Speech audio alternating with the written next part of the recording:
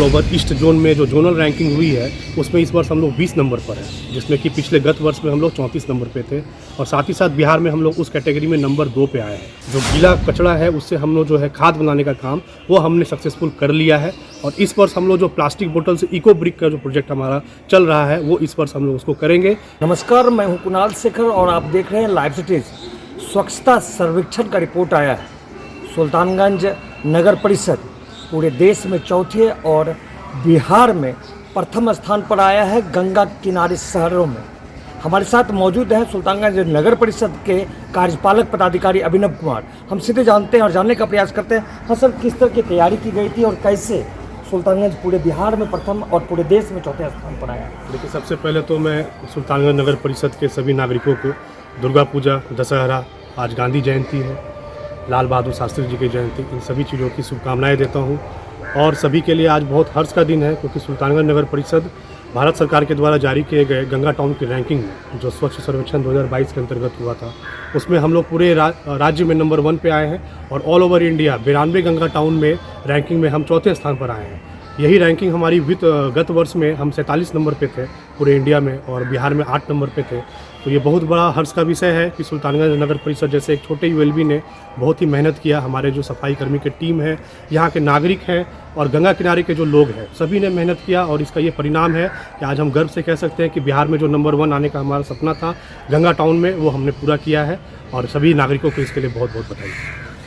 आपने ऋषिकेश ऐसा बड़ा शहर को पीछे छोड़ा, पूरे देश की अगर बात करें, और पूरे देश में चौथे स्थान पर आए हैं। किस तरह की तैयारी की गई थी, क्या रोड मैप बनाया गया था? देखिए, मैं पिछले 2 सालों से यहाँ पे पदस्थापित हूँ। जो हमारा पिछले साल का जो रैंकिंग था उसमें हमने पहले देखा कि हमारी कमी कहाँ पर है। तो हमने पाया कि जो हम गंगा किनारे की सफाई करवाते हैं तो कभी कभी पानी में जो वेस्ट चला जाता है, अगरबत्ती का पैकेट हो, पानी का बोतल हो, उन सब चीज़ों पर हमारा ध्यान नहीं रहता था।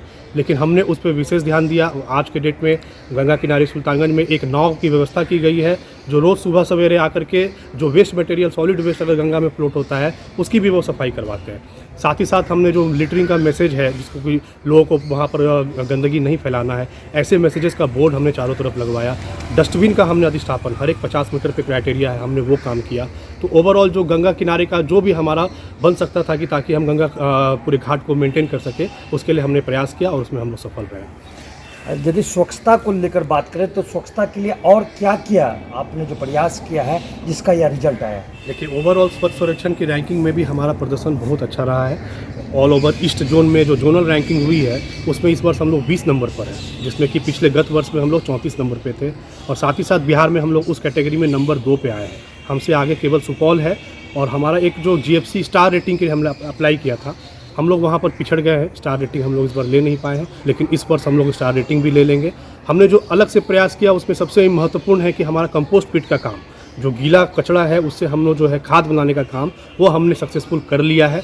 और इस वर्ष हम लोग जो प्लास्टिक बोतल से इको ब्रिक का जो प्रोजेक्ट हमारा चल रहा है वो इस वर्ष हम लोग उसको करेंगे। तो इस वर्ष हमारा उम्मीद है हमें कि जो है और हम लोग उसमें मार्क्स गेन करेंगे।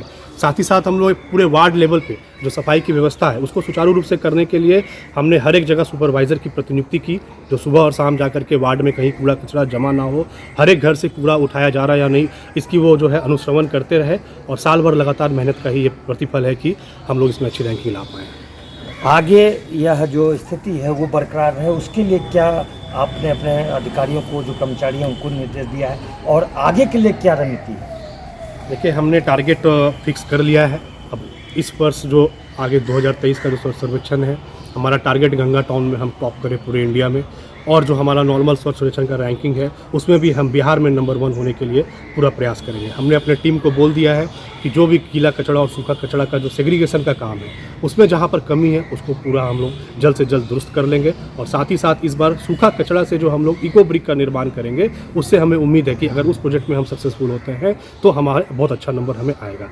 साथ ही साथ मैं एक चीज़ और बताना चाहूँगा कि सुल्तानगंज का जो सीवरेज ट्रीटमेंट प्लांट है वो फंक्शनल हो गया है। और आज के डेट में जो नाला का पानी है वो गंगा में हमारा नहीं जा रहा है। 2 नाला को हमें अब कवर और करना है, अगले 6 महीने में हम लोग को भी कवरेज कर लेंगे। तो हमारी टीम तैयार है, सफाई कर्मी हमारे पूरे मोटिवेटेड है, उन लोगों को वो बहुत ईमानदारी से वो अपनी काम कर रहे हैं। अभी जो श्रावणी मेला बीता है आपने उसमें देखा होगा कि बहुत मेहनत उन्होंने किया और बहुत अच्छी छवि जो है सुल्तानगंज नगर परिषद की बनी है। तो टीम को यही हमारा रहेगा कि इस वर्ष भी जो है इसी मेहनत को बरकरार रखें और रैंक में हम लोग सुधार करें।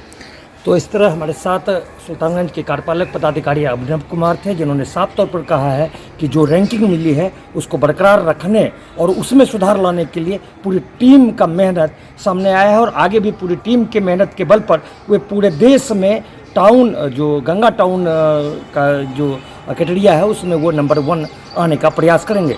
अपने सहयोगी कैमरा पर्सन सुबोध के साथ कुणाल शेखर, लाइव सिटीज़, सुल्तानगंज।